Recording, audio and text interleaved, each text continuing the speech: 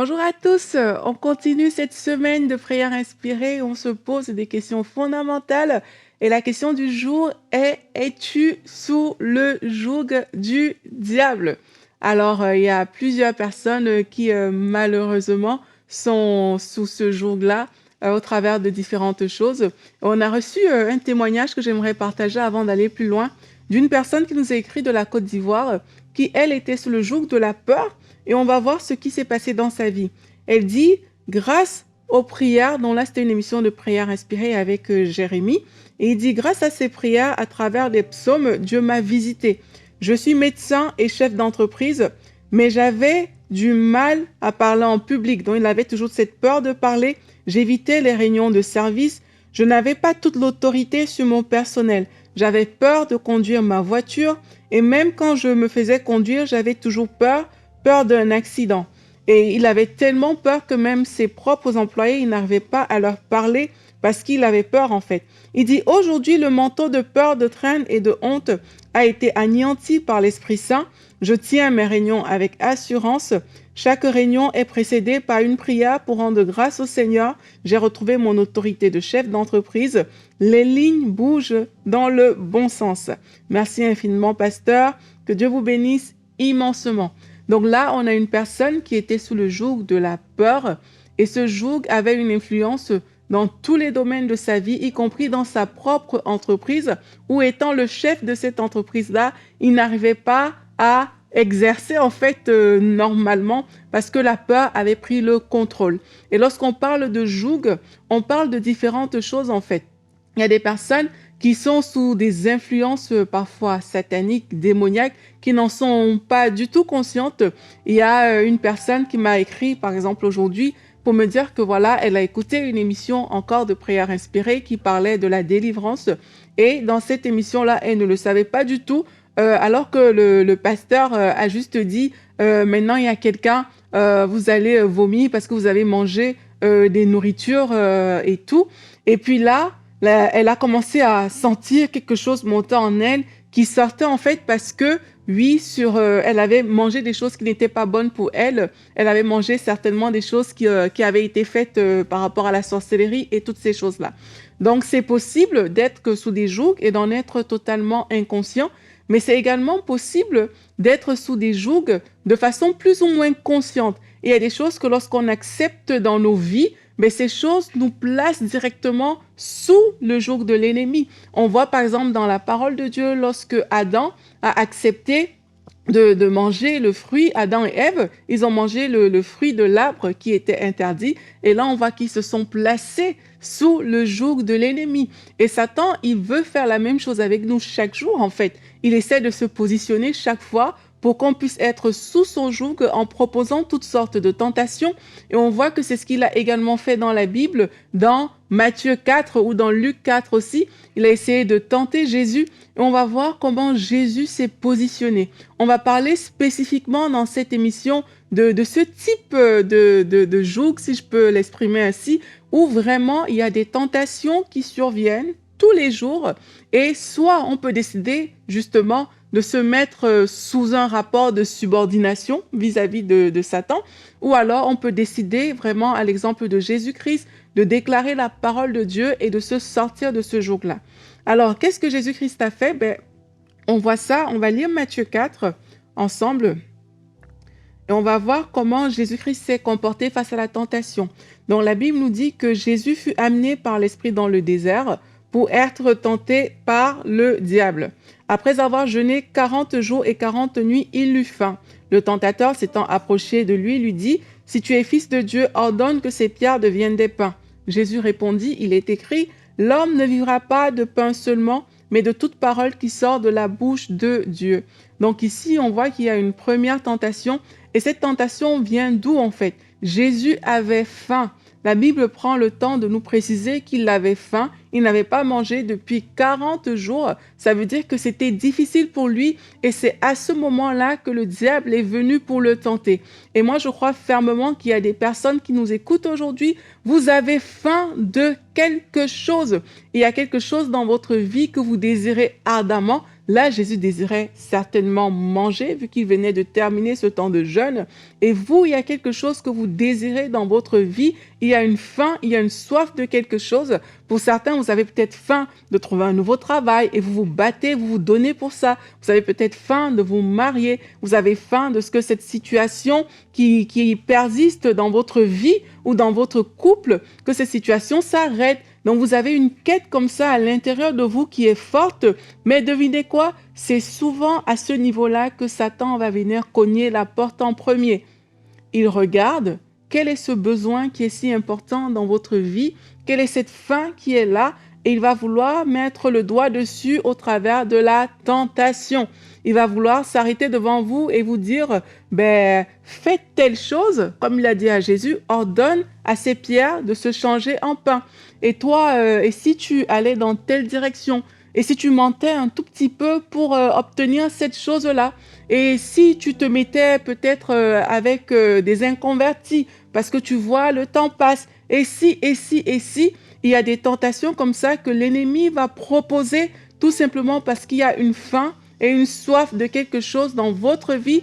Et comme Jésus, on doit pouvoir se tenir devant l'ennemi et lui dire, comme il a dit, l'homme ne vivra pas de pain seulement, mais de toute parole qui sort de la bouche de Dieu. Vous pouvez dire, je ne vivrai pas de travail seulement, mais de toute parole qui sort de la bouche de Dieu. Je ne vivrai pas de cette chose dont j'ai faim, mais je vivrai de toute parole qui sort de la bouche de Dieu. C'est notre responsabilité à nous d'opposer la parole de Dieu aux tentations du diable. Et lorsque tu vas commencer à réfléchir ainsi, tu verras que tu ne seras pas sous son joug, parce qu'il aura échoué. Il aura échoué ses manœuvres de manipulation et de tentation vis-à-vis de toi.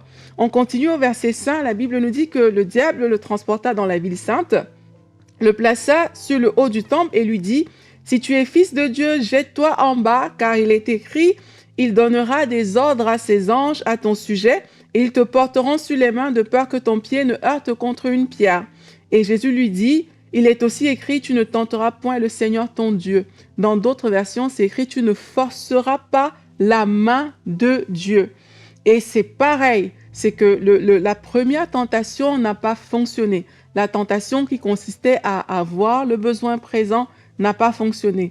Et là, il l'amène plus loin, il lui montre de plus grandes choses encore. Il lui montre différents royaumes, il le transporte dans ces villes-là, et il lui montre ces choses, et il lui dit, en fait, non, le royaume c'est en troisième, là, il lui dit, jette-toi du haut, et parce que Dieu va ordonner à ses anges. Donc, il met même la parole de Dieu quelque part en avant, et là, il commence à vouloir jouer avec Jésus, en fait. Il y a tellement de personnes à qui ça arrive. C'est qu'on met la parole de Dieu en avant, on change 2, 3 promesses, on tord légèrement la parole de Dieu, et on veut inciter Dieu, on veut forcer la main de Dieu pour aller dans une certaine direction, alors que ce n'est pas là où Dieu nous amène, en fait. Et quelquefois, on le fait de façon inconsciente. On lit la Bible, mais avec le regard de ce qu'on veut, pas de ce que Dieu veut vraiment dire, en fait. Parce qu'on veut forcer la main. Parce qu'on veut se dire, ah ben oui, en fait, dans la parole de Dieu, il est écrit telle chose. C'est exactement ce que Satan a fait ici. Il a dit que Dieu, il est écrit que Dieu va donner des anges, des ordres à ses anges, pour qu'ils viennent te porter, en fait. Et c'est facile, vous pouvez vous tenir et dire, mais c'est vrai, il est écrit que je peux marcher sur l'eau, et puis là, tu vas marcher sur l'eau, mais Dieu ne t'a pas demandé de faire ça, en fait. Et il y a beaucoup de gens qui, sur la base de la parole de Dieu, veulent juste forcer la main de Dieu. Mais Jésus, il a répondu, « Tu ne tenteras point le Seigneur ton Dieu. » Ça veut dire que tu ne forceras pas la main du Seigneur ton Dieu. Et aujourd'hui, je vous interpelle encore, est-ce que vous êtes tombé dans ce piège de l'ennemi qui consiste à vouloir à tout prix forcer la main de Dieu, à tout prix qu'il fasse les choses comme vous l'entendez? Est-ce que vous êtes sous ce joug aujourd'hui?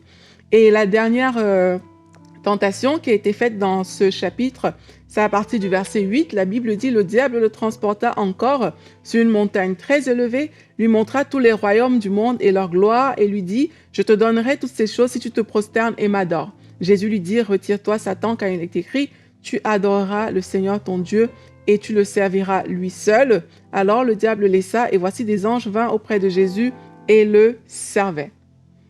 Donc vous voyez, c'est que cette fois-ci, il lui a montré des royaumes, il lui a montré une certaine gloire du monde.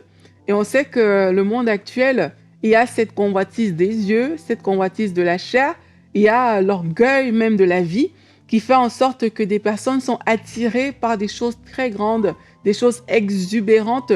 Et parfois, cet attrait, qu'est-ce que ça crée chez l'homme? Ça crée de la corruption, ça crée du compromis. Là où peut-être il y a des personnes qui avaient un bon cœur, on vous propose subitement un nouvel emploi où il y a plein de beaux avantages, mais pour y accéder, il faut se compromettre. Certaines personnes, à cause des bonnes positions, à cause des titres, à cause de la connexion avec des personnes haut placées, se sont retrouvées comme ça à se corrompre et à se compromettre. Pourtant, Jésus, lui, face à ce type de tentation, qu'est-ce qu'il a dit? Il a dit, tu adoreras le Seigneur, ton Dieu, lui seul. Donc aujourd'hui, j'aimerais vous interpeller. Lorsqu'on dit, es-tu sous le joug du diable? C'est aussi une façon de dire, mais quelle est cette tentation de l'ennemi que tu as acceptée et qui finalement fait partie de ta vie parce que tu t'es mis sous lui, parce que tu as succombé à cette tentation. Est-ce que tu as succombé à la corruption? Tu es sous le joug de la corruption? Est-ce que tu as succombé à différentes autres choses? Ou alors, est-ce que comme Jésus, tu t'es tenu pour dire, non, Satan, voici ce qu'il est écrit, et parce que je ne veux pas me prosterner devant toi, parce que je suis conduit par le Saint-Esprit, alors voici ce que je vais faire. Je vais m'opposer à ta volonté, à toi, je vais m'opposer à tes plans. Est-ce qu'aujourd'hui, vous pouvez sincèrement vous tenir dans la présence de Dieu alors qu'on va prier avec Julie et Gordon, vous tenir dans cette présence pour dire, Seigneur, peut-être que j'étais sous un joug, peut-être que Satan a eu raison de moi, mais c'est terminé. Je refuse désormais de rester sous ce joug, de me corrompre. On va prier ensemble avec Julie et Gordon et on va pouvoir déclarer ces choses et les anéantir dans la prière. Alléluia.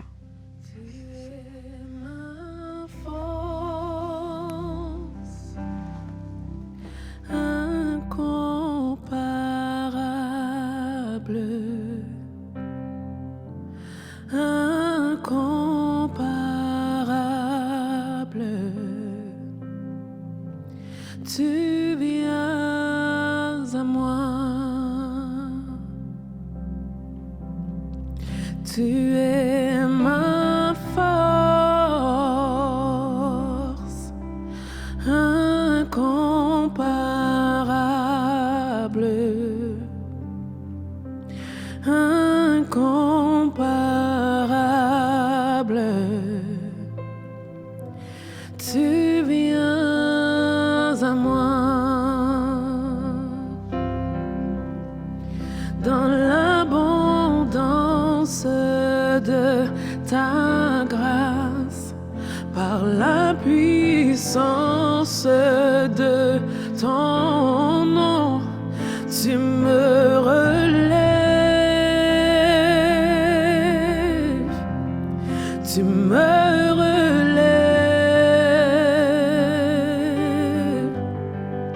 dans l'abondance de ta grâce, par la puissance de ton nom, tu me relèves, tu me relèves,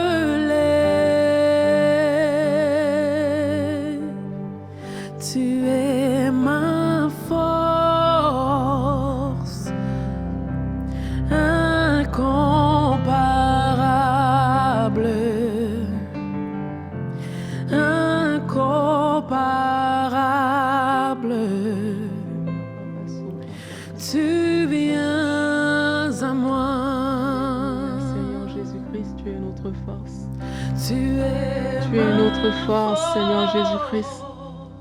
Tu es celui qui nous a montré cet exemple. Tu es celui qui nous a montré cet exemple dans ta parole. L'exemple de celui que Satan n'a pas pu mettre sous un joug. Tu nous as montré cet exemple. Et aujourd'hui, Seigneur, nous voulons suivre tes pas. Nous voulons suivre tes grâces aujourd'hui, Seigneur Jésus-Christ. Et nous venons dans ta présence, Seigneur Jésus. Nous venons pour annuler tout rapport de subordination à l'ennemi dans nos vies. Nous venons, Seigneur, rejeter ces jougs. Nous venons briser ces jougs et ces liens. Oui, Seigneur, tu as dit qu'on connaîtra la vérité et la vérité nous rendra libres. Et aujourd'hui, Seigneur, nous venons ouvrir nos cœurs.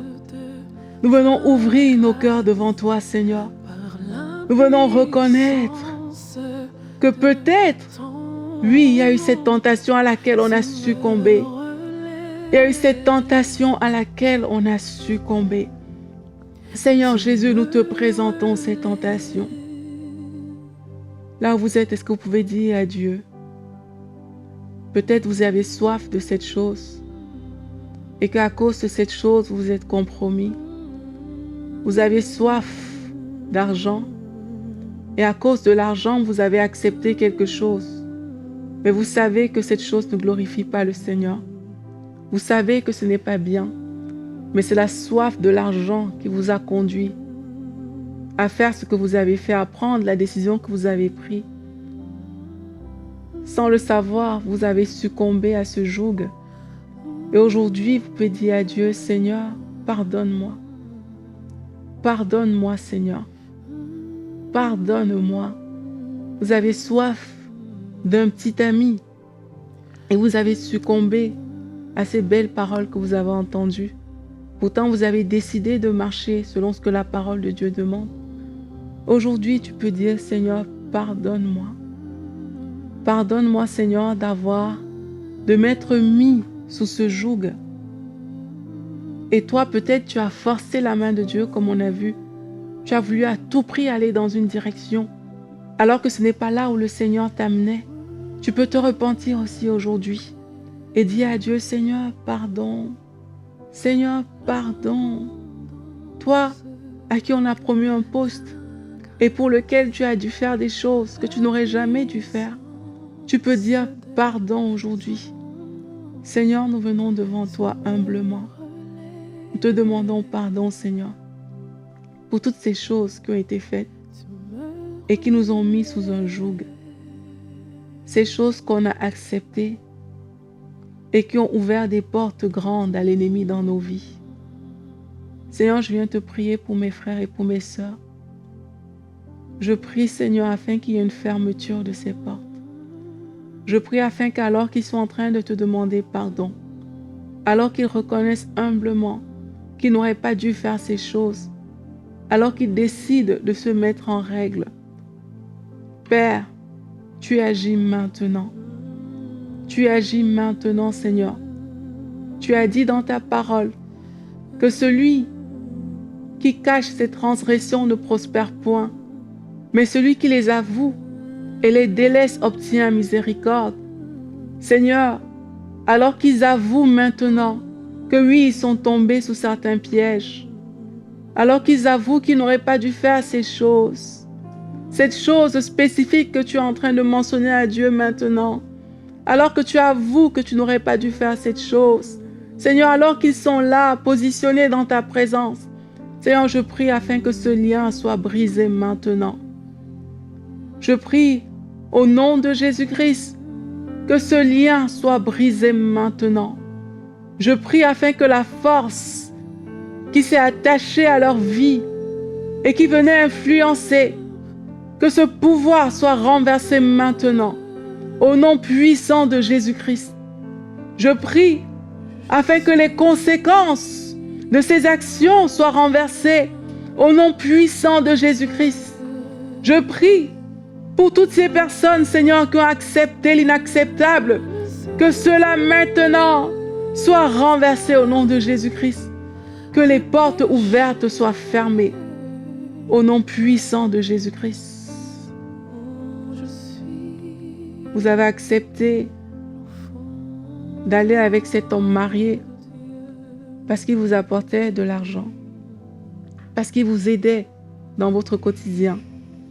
Il est temps de faire demi-tour et de dire non, je ne resterai pas sous ce joug de l'ennemi, parce que c'est une porte grande ouverte que vous avez ouverte dans votre vie. Et aujourd'hui, au nom de Jésus-Christ, je prie, Seigneur, afin que tu donnes la force à cette femme de dire maintenant, ça suffit. la force à cette femme de dire, je ne vivrai pas que de l'argent de cet homme, mais je vivrai de la parole de Dieu.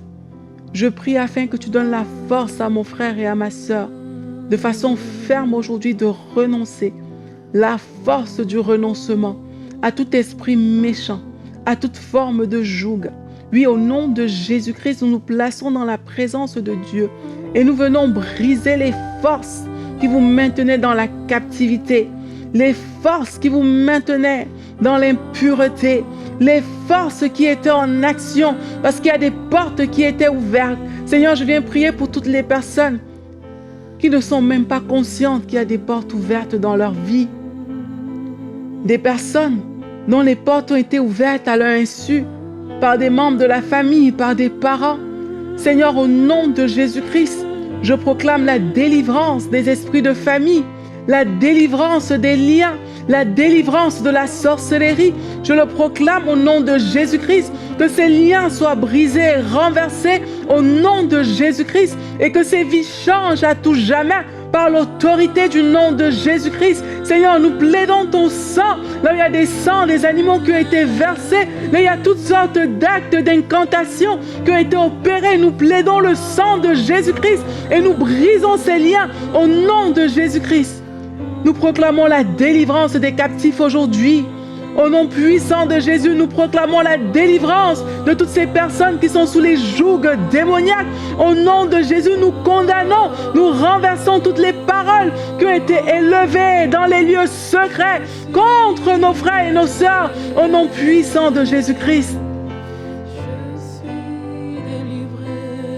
Seigneur, et pour toutes les personnes qui ont ouvert ces portes de façon consciente, alors qu'elles t'ont demandé pardon au début de ce temps de prière, maintenant, au nom de Jésus-Christ, nous venons briser les liens qui avaient été établis avec des esprits impurs. Nous brisons ces liens au nom de Jésus-Christ.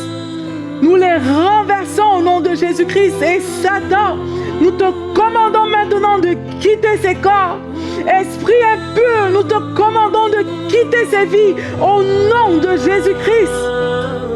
Au nom de Jésus-Christ. Toi qui tourmentais cette femme, toi qui tourmentais cet homme, tu es renversé au nom de Jésus-Christ. Esprit de peur, nous te renversons au nom de Jésus-Christ. Toi qui paralysais la vie de cette femme, la vie de cet homme, nous te renversons aujourd'hui.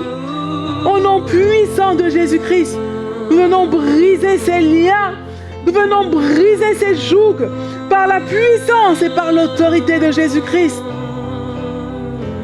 Et toi qui avais lié ce corps, esprit méchant, toi qui as mené cette maladie dans la vie de cette personne, au nom de Jésus-Christ, je brise tes liens maintenant. Je brise tes œuvres au nom de Jésus-Christ. Et je proclame la guérison de la tête aux pieds dans la vie de ces personnes qui écoutent maintenant. Je proclame la délivrance au nom de Jésus-Christ. Toi qui oppressais les nuits, toi qui oppressais les nuits de ces personnes, au nom de Jésus-Christ, je brise tes liens, je brise tes jougs.